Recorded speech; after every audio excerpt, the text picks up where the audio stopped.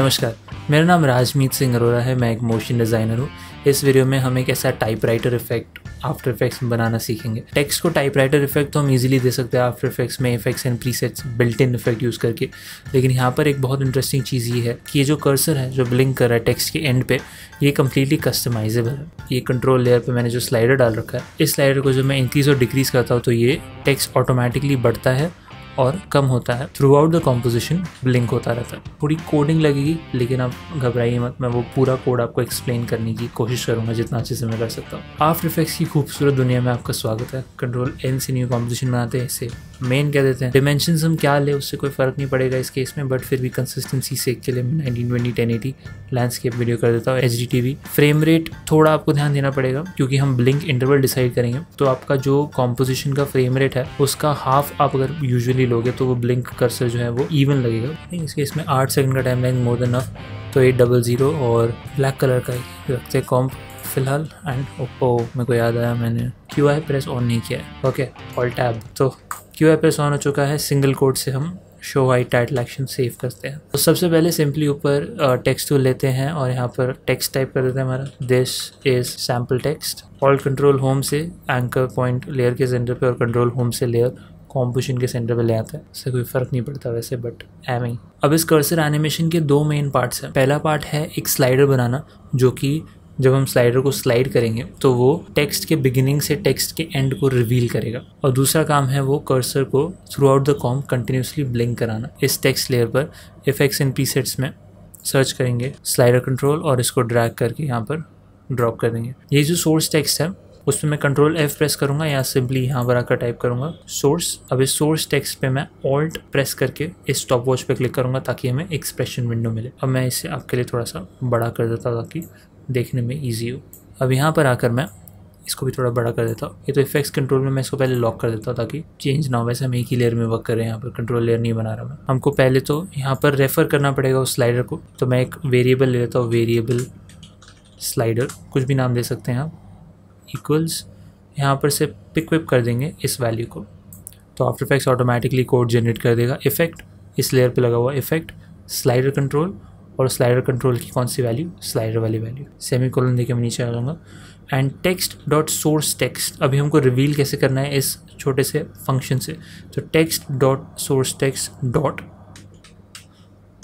सब स्ट्रिंग। मैं एक्सप्लेन करता हूँ कि क्या करता है सब स्ट्रिंग। और यहाँ पर हम दो पैरामीटर्स डालेंगे, तो 0, जहाँ तक भी स्लाइडर की वैल्यू है। अगर मैं यहाँ पर सीधा 10 डाल देता हूँ वैल्यू और सेमीकोलन डालता हूँ, मतलब ये 1 2 3 4 5 6 7 8 9 10, 0,10 है, बट यहाँ पर से काउंट हो रहा है स्टार्ट 1 से। 0 से 10 मतलब 10 कैरेक्टर्स आएंगे इंक्लूडिंग स्पेसेस। बट अगर मैं यहाँ पर जो ऊपर स्लाइडर वाली वैल्यू थी मैंने वो स्लाइडर डाल देता हूँ सिर्फ, राइट, एस्केप से इसको हट कर बंद करूँगा, नंपैड एंटर प्रेस करता हूँ, तो आपको कुछ भी नहीं दिखेगा। अब मैं स्लाइडर को लेट्स से एनिमेट करता हूँ, ठीक है। यहाँ पर स्लाइडर की वैल्यू मैं 0 रखता हूँ, इसको की फ्रेम देता हूँ और 1 सेकेंड आगे जाके इसको मैं 20 कर देता हूँ। तो अभी इस तरह टेक्स्ट को रिवील कर रहा। 20 कैसे, बिकॉज अब अगर मैं इसको जूम करूँगा तो 1 2 3 4 5 6 7 8 9 10 11 12 13 14 15 16 17 18 19। तो एक्चुअली अगर हम 19 भी डालते हैं यहाँ पर तो भी ये हो जाता रिवील, बट अगर मैं इसको इस पॉइंट पे 18 करता हूँ तो ये एक पीछे आ गया लेटर। मैं इस पे ई प्रेस करूँगा हमारे एक्सप्रेशंस के लिए वापस। अब दूसरा काम जो ये है, हम चाहिए कि यहाँ से यहाँ तक आते वक्त और इवन उसके पहले भी जो कर्सर है वो हमेशा ऐसे ब्लिंक करता रहे, तो उसके लिए पहले हमें कुछ वेरिएबल्स की ज़रूरत पड़ेगी। पहला वेरिएबल हमें लगेगा साइन, तो वेरिएबल साइन इक्वल्स, मैं डबल कोट्स दूंगा एंड यहाँ पर एंटर के ऊपर वाला जो ये होता है इसको क्या बोलते हैं वो नहीं पता मुझे, कुछ तो बोलते हैं, बट वो वाला साइन दे देंगे। शिफ्ट एंटर के ऊपर वाला जो हमारा अभी फॉरवर्ड स्लैश है कि बैकवर्ड स्लैश है, ऐसा वाला जो स्लैश है, शिफ्ट फॉरवर्ड स्लैश से यहाँ पर सेमीकोलन दे दूँगा मैं, एंटर प्रेस करके नीचे आएंगे, ठीक है। ये एक वेरिएबल चाहिए था साइन। दूसरा वेरिएबल हमें चाहिए ब्लिंक इंटरवल के लिए, और यहाँ पर जो इस लेयर पर स्लाइडर कंट्रोल लगा हुआ है इसको मैं कंट्रोल D से डुप्लीकेट कर देता हूँ, राइट। इस पे ये की फ्रेम हटा देते हैं और इसको मैं रीनेम कर देता हूँ ब्लिंक अंडरस्कोर इंटरवल, और इसको मैं बाय डिफ़ॉल्ट 15 कर देता हूँ, क्योंकि हमारा कॉम्पोजिशन जो है 30 फ्रेम्स पर सेकंड पे, उसको बाद में चेंज कर सकते हो, कोई प्रॉब्लम नहीं है। तो ब्लिंक इंटरवल इक्वल्स यहाँ पर मैं पिकअप कर देता हूँ इस वैल्यू को। मैंने नंपैड एंटर किया ताकि वो खाली एरर हट जाए। एक और वेरिएबल हमें चाहिए, वेरिएबल फ्रेम्स। ओके, अब इसमें बता दो क्या होगा। Variable frames will be time, small time time to frames. Okay, ये एक फंक्शन यूज़ करेंगे, एंटर प्रेस करके पैरेंथेसिस में हम एंटर करेंगे टाइम। और एक और हमें वेरिएबल चाहिए होगा, variable check is equal to frames divide by blink interval, जो ऊपर वाला वेरिएबल है। अब ये जो दो चीज़ें हैं वो क्या है, मैं एक्सप्लेन कर देता हूँ आपको फट से। टाइम टू फ्रेम्स के लिए मैं एक नया टेक्स्ट लेयर ही बना देता हूँ। इसको मैं फ़िलहाल हाइड करता हूँ, जो हमारा मेन वाला टेक्स्ट लेयर था। यहाँ पर मैं एक और टेक्स्ट ऊपर टेक्स्ट टूल लेके टाइप कर देता हूँ, क्या ये फ्रेम्स ना, फ्रेम्स। इसके अंदर इसके सोर्स टेक्स्ट में मैं ऑल्ट स्टॉप वॉच हिट करूँगा और यहाँ पर सिंपली मैं लिख दूँगा टाइम टू फ्रेम्स टाइम, जो हमने लिखा था। या उससे बेटर पहले मैं सिर्फ टाइम लिखता हूँ। ओके, सिर्फ टाइम लिख के मैं अगर नंपैड एंटर प्रेस करूँगा और जब हम इसे प्ले करेंगे तो आप देखोगे कि इस तरह से इसकी वैल्यू बढ़ रही है। 0, फिर 1 फ्रेम पे आके 0.03, मतलब ये क्या है, फर्स्ट फ्रेम की वैल्यू है वो कैसे डिसाइड हो रही है, 1 डिवाइड बाय 30। तो अगर हम कैलकुलेटर खोल लें, कैलकुलेटर में 1 डिवाइड बाय 30 अगर करेंगे तो हमें ये वैल्यू मिलेगी 0.033333, राइट। तो ये 1 डिवाइड बाय 30 है, ये 2 डिवाइड बाय 30 है, ये 3 डिवाइड बाय 30 है, जो कि होगा 0.1 ऑब्वियसली। तो टाइम से वैल्यू ऐसे बढ़ती है। अगर मैं इसको ये फंक्शन में डाल देता हूँ, टाइम टू फ्रेम्स और ब्रैकेट के अंदर ये टाइम की वैल्यू डालता हूँ, तो आप देखोगे कि वैल्यू इस तरह बढ़ेगी। तो मतलब वो जो टाइम था, जो सेकंड डिवाइड बाय 30 हो रहा था कॉम्प में, वो अब सीधा फ्रेम्स की तरफ बढ़ रहा है। जैसे अब यहाँ पर देखो, फ्रेम जैसे बढ़ रहा है 5, तो वहाँ पर वैल्यू बढ़ रही है 7, 8, 9, 10, वैसा। ठीक है, जैसे जैसे हम कॉम्पोजिशन के आगे बढ़ रहे हैं वो सेकंड्स की वैल्यू स्टोर हो रही है। ठीक है, फिर यहाँ पे मैंने एक और वेरिएबल लिया check, which was frames divide by blink interval, तो मैं वो भी कर देता हूँ क्विकली। अब इसके अंदर ही इसी को मैं करता काम करता हूँ। तो लेट्स से ये वेरिएबल फ्रेम्स था, इसको मैं रीनेम कर देता हूँ चेक, और variable check is equal to frames divide by blink interval. तो उसके लिए मैं यहाँ पर से इस टेक्स्ट लेयर पे से ब्लिंक इंटरवल ले लेता हूँ। हालांकि मैं इसको फ़िलहाल 15 ही रख रहा हूँ, बट आपको चेंज करके दिखाऊंगा, तो इसलिए यहाँ पर से इसको पिक कर देता हूँ। वो वाले टेक्स्ट लेयर का ऊपर जो इफेक्ट है स्लाइडर कंट्रोल, कौन सा वाला, ब्लिंक इंटरवल वाला, उसकी स्लाइडर की वैल्यू। तो यहाँ पर frames divide by blink interval, semicolon, enter. तो अब देखो कि चेक की वैल्यू कैसे बढ़ रही है, ऐसे 0, फिर यहाँ पर आने के बाद 0.06 हुआ, फिर 0.133 और फिर 0.2। ये अब देखोगे ये सेम नहीं है जैसे फ्रेम्स की वैल्यू थी, ये कुछ इस तरह से बढ़ रही है चेक की वैल्यू, राइट। इसमें बेसिकली आपको ये समझना है कि ये 0 है, 15 फ्रेम्स के बाद हाफ अ सेकेंड के बाद इसकी वैल्यू 1 हो रही है।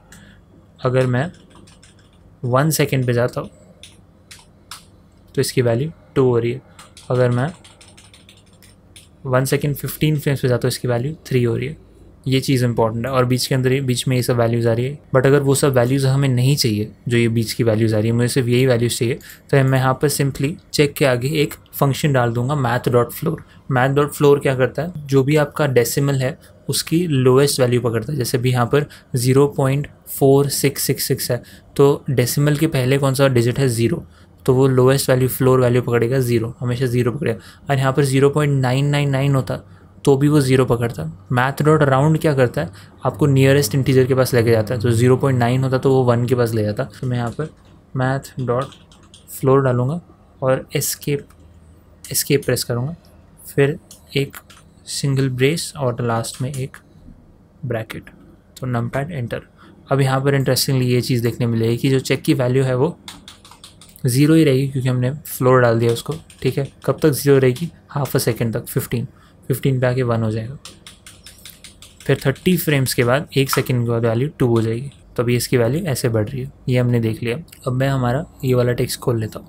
अब करना क्या है, मोर इम्पोर्टेंटली यहाँ पर हमें थोड़ा लॉजिक लिखना है। लॉजिक कैसे लिखेंगे, ये चेक वाला लेयर है, इसको मैं रखता हूँ फिलहाल के लिए, बाद में देखेंगे इसका क्या करना है। हम यहाँ पर इफ़ एल्स यूज़ करेंगे। इफ़ एल्स कुछ भी नहीं है, सिंपल सा लॉजिक है, कह रहा है कि इफ़ ये हो रहा है तो ये करो, एल्स ये कर दो। तो इफ़ लिखूँगा मैं और पैरेंथेसिस खोल के ये वाले पैरेंथेसिस खोलेंगे, यहाँ पर आके मैं एंटर प्रेस करूँगा, नीचे ले जाऊँगा, यहाँ पे आके टैब प्रेस करूँगा।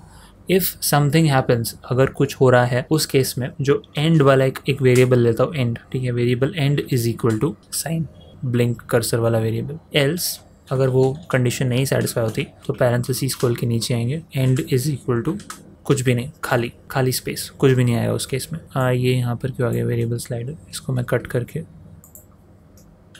जहाँ वेरिएबल्स डिफाइन कर रहे थे वहाँ ले जाता हूँ। जो हम टेक्स्ट डॉट सबस्ट्रिंग कर रहे थे उसके एंड में मुझे ऐड करना है सेमीकोलन से पहले प्लस एंड, ठीक है, नंपैड एंटर। अभी कंडीशन क्या है, जो हमने यहाँ पर चेक बनाया था ना, चेक में क्या हो रहा था, अब देखो ब्लिंक इंटरवल पे हमारा ब्लिंक इंटरवल क्या है, 15 है, राइट, 15 फ्रेम्स है, इसलिए वो देखो 15 फ्रेम्स का चेंज हो रहा था। ब्लिंक इंटरवल जो है उसके ऊपर हमको चाहिए कि हम चेक करें कि ये जो वैल्यू है चेक की, चेक वेरिएबल के अंदर जो वैल्यू स्टोर हो रही है वो वैल्यू इवन है या ऑड है। और वो चेक करने का सबसे इजी तरीका है, हम यहाँ पर लिखेंगे if check modulo sign percentage वाला 2 इक्वल्स 0। और इक्वल टू हम लॉजिक में कैसे डालते हैं, इक्वल टू, सिर्फ इक्वल टू हम डालते हैं जब हमको वेरिएबल को या किसी चीज़ को कोई असाइन करना होता है वैल्यू।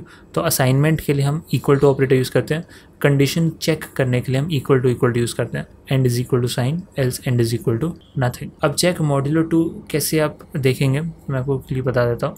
मॉड्यूलस क्या करता है, मॉड्यूलस आपको रिमाइंडर देता है। 10 डिवाइड बाई 2 क्या होता है, इसकी जो वैल्यू है 5 ये होती है कोशेंट, ठीक है, ये कोशेंट है, लेकिन 10 मॉड्यूलो 2 इज इक्वल टू 0, ये उसका रिमाइंडर होता है। 10 को जब 2 से डिवाइड करेंगे तो आपको ऊपर 5 मिलेगा, नीचे 0 मिलेगा, तो उसका जो रिमाइंडर है वो 0 होगा। तो हमने क्या चीज़ नोटिस करी, जब भी यहाँ पर 1 होगा, लेट्स से 1 है अगर, तो 1 डिवाइड बाय 2 विल बी, तो 1 modulo 2 will be 2 divide by 1, 2 0 1 1, 2 modulo 2 will be 0, 3 modulo 2 will be 2 1s are 2, 3 1, 4 modulo 2 will be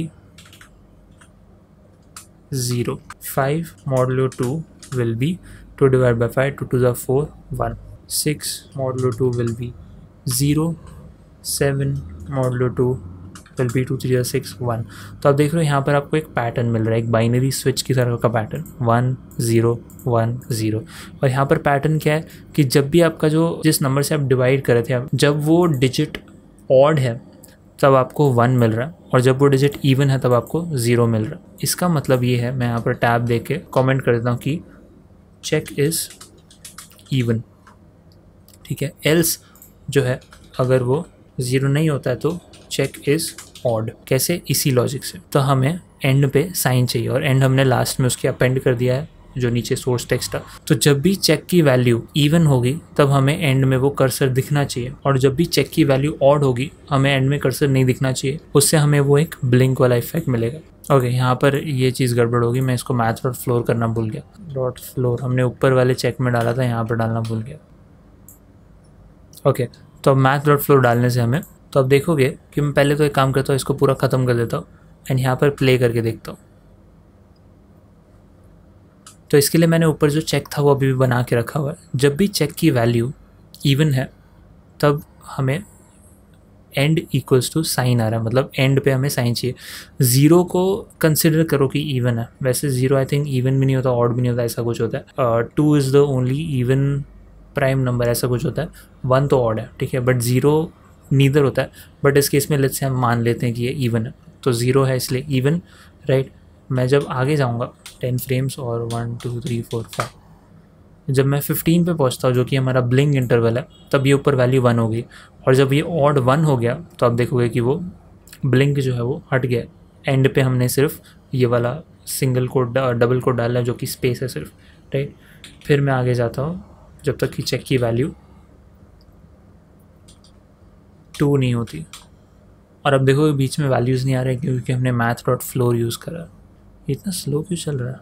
तब देखोगे 30 पर आकर वापस इसकी वैल्यू जब इवन हो रहा है चेक। अब मैं आगे आगे जाता रहता हूँ, देखो 3 हुआ ऑड तो वो हट गया, 4 हुआ इवन तो वो दिख रहा है 5 ऑड, तो इवन ऑड पे ये हट रहा है, इसका मतलब क्या है कि वो ब्लिंक हो रहा है। जो ब्लिंक इंटरवल है उसको लेट्स से मैं 15 की जगह 30 कर देता हूँ, राइट, एंड चेक भी मैं ऑन रखता हूँ फिलहाल। तो अब क्या होगा कि जो इवन ऑड वाला हमने चक्कर किया है वो 1 सेकेंड के बाद चेंज होगा। तो 1 सेकेंड के बाद ये 1 हो रहा है चेक ऊपर वाले है ना। तो जब वो ऑड हो गया तो लॉजिक वही रहेगा कि इवन ऑड वाला, क्योंकि हमने मॉड्यूलो 2 डाला है, लेकिन 1 सेकेंड के बाद वो ब्लिंक होगा, फिर वो वापस 1 सेकेंड के बाद वापस दिखेगा, क्योंकि 1 सेकेंड के बाद वो ऊपर इवन हो रहा है। तो इसको मैं कुछ भी कर सकता हूँ। अगर मुझे इसको 15 की जगह let's say half the speed में बहुत फास्ट ब्लिंक कराना तो मैं यहाँ पर 15/2 जो कि 7.5 होगा वो डालूंगा। तो अब देखोगे कि ये हाफ द टाइम में 1 हो जा रहा है, मतलब हाफ द टाइम में वो दिख जा रहा है, फिर वापस कम हो रहा है, मतलब ये और फास्ट ब्लिंक होगा कुछ इस तरह। तो अगर मुझे इसको फास्ट ब्लिंक कराना है तो मैं इसको कम करता रहूँगा। लेट्स से इसको भी अगर मैं डिवाइड/2 कर दूँ तो ये और भी ज़्यादा फास्ट ब्लिंक होगा, बहुत ज़्यादा फास्ट ब्लिंक हो रहा है। तो 15 जो होगा वो इस कॉम्पोजिशन के फ्रेम रेट का हाफ है, तो ये इवनली अच्छे से ब्लिंक होता रहेगा। एंड इसका ये मेथड का बहुत बड़ा एडवांटेज ये है कि ये जो सिंगल लाइन टेक्स्ट है, लेट्स से इसको मैं डबल क्लिक करके मल्टी लाइन टेक्स्ट करता हूँ नीचे जाके, this is sample text, right, मैंने कुछ और टेक्स्ट टाइप कर दिया। अब यहाँ पर यू प्रेस करके मैं इस पॉइंट पे जो स्लाइडर वाली वैल्यू है उसको 19 से बढ़ा के आगे एक्सपैंड करो जहाँ तक वो रिवील हो। तो अब आप देखोगे कि वो ना कि सिंगल लाइन टेक्स्ट के लिए बट मल्टी लाइन पैराग्राफ के लिए भी ये चीज़ वर्क कर रही है। अब मैं इसको लेट्स से 3 सेकंड पे आके इन की फ्रेम्स को Ctrl+C से कॉपी करेंगे, Ctrl+V से पेस्ट करेंगे, राइट क्लिक करके key frame assistant time reverse key frames, तो हमें इस तरह का एक इफेक्ट मिलेगा। This is sample text and expanded forward, then फिर वो पीछे चला जाएगा। एंड अगर आप चाहो तो वापस से इसको रिवील कर सकते हो। यहाँ पर एक चीज़ ध्यान में रखने वाली ये है कि जो आपका पैराग्राफ है उसके अंदर जो टेक्स्ट है वो लेफ़्ट अलाइन होना चाहिए ताकि for this to work properly. ये मैंने ट्राई करके देखा था पहले। अगर जो आपका टेक्स्ट है वो सेंटर अलाइंड है कुछ ऐसा, तो ये चीज़ जो है ना कर्सर वाली, ये थोड़ा सा वियर्ड बिहेव करता है। आप देखोगे जो लास्ट टेक्स्ट है, डिलीट करता हूँ, जो लास्ट वाली लाइन है राइट, वो थोड़ी ऐसे आगे पीछे होगी जब वो ब्लिंक हो रहा है। तो this is for right aligned also, इस तरह आगे पीछे ब्लिंक होगी तो वो भी ठीक है, बट ऐसा थोड़ा वियर्ड लगता है। तो इसको अगर लेफ़्ट अलाइन रखेंगे तो ये सही से वर्क कर रहा है। उसमें कुछ अलाइनमेंट का इशू है, पता नहीं क्यों, वो प्रॉबेबली कोड को थोड़ा और बेटर करके उसको भी फिक्स कर सकते हैं अलाइनमेंट के लिए। तो ये था आज का work flow video. I hope आपको इस वीडियो से कुछ सीखने मिला हो। अगर आपको इस वीडियो से रिलेटेड कोई भी डाउट है, कोड से रिलेटेड कुछ समझ नहीं आ रहा है, तो आप नीचे कमेंट सेक्शन में मुझसे पूछ सकते हैं। मैं कोशिश करूँगा कि आपके डाउट्स को सॉल्व कर सकूँ। ऐसे और वर्क फ्लो वीडियोज़ के लिए आप इस चैनल को सब्सक्राइब कर सकते हैं। ये वीडियो देखने के लिए बहुत बहुत शुक्रिया। पीस।